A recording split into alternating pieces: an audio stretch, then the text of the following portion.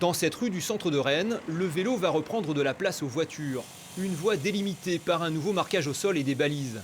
La métropole a engagé cette démarche sur 6 axes de circulation. Des réalisations programmées mais enclenchées en urgence en vue du déconfinement. Ce sont des travaux qui auraient pu avoir lieu d'ici, certains, comme la rue Le Sage, étaient prévus cette année, hein, et d'autres étaient prévus dans 2 ans, 3 ans, quoi. On attendait un peu l'arrivée du métro, donc là voilà, on anticipe. Angers a également accéléré ses aménagements vélo avec 6 km de fils dédiés supplémentaires, notamment le long de la future ligne de tramway. À terme, les voitures partageront l'espace avec des bandes cyclables, réajustables en fonction de l'évolution des déplacements. On attend de voir ce que sera la demande la semaine prochaine et puis les semaines suivantes. On pense qu'elle sera plus importante au niveau du vélo. Pour autant, c'est aussi un moyen de ramener des gens vers les modes doux. Et si ça peut y contribuer, par anticipation aux travaux du tram sur cet axe, c'est important.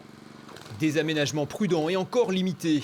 Face à la voiture, source de pollution, et la peur de la promiscuité dans les transports en commun, la bicyclette sera-t-elle davantage plébiscitée?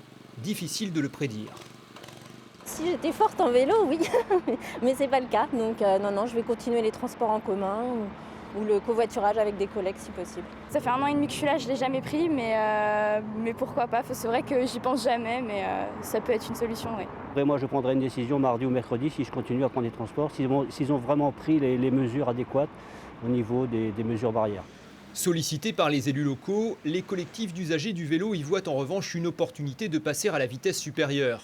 Même si les adaptations proposées par les villes en matière de circulation apaisée restent encore, selon eux, trop timides.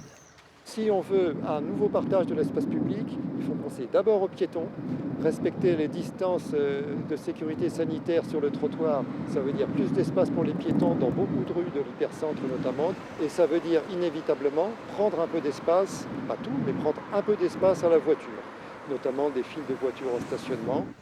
Pour Mathieu Orphelin, député écologiste convaincu, attendre que les pratiques changent pour repenser les déplacements serait une erreur. Les élus ont un rôle d'impulsion, c'est ce qui a manqué d'ailleurs dans beaucoup de villes en France, où le vélo n'a jamais été trop considéré comme un vrai mode de transport.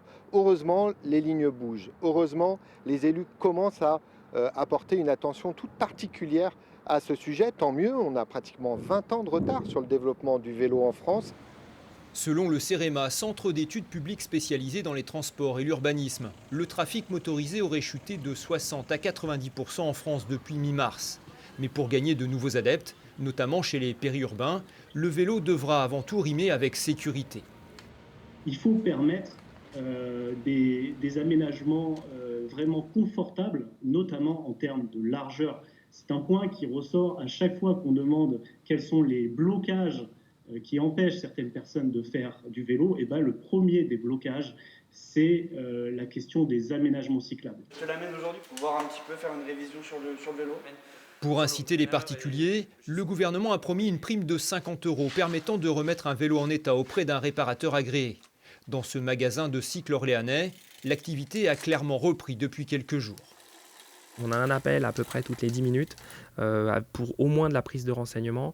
Je pense qu'une fois que le système va être mis en place à partir du 11 mai, là on aura véritablement un gros impact sur notre activité, au point qu'en ce qui nous concerne, on a même été obligé d'embaucher un mécanicien supplémentaire. Les 20 millions d'euros débloqués par l'État serviraient également à financer des places de stationnement ou des formations pour remonter en selle. Autant d'actions visant à redynamiser l'usage du vélo, même si personne ne contestera qu'il est bon à la fois pour l'environnement et pour la santé.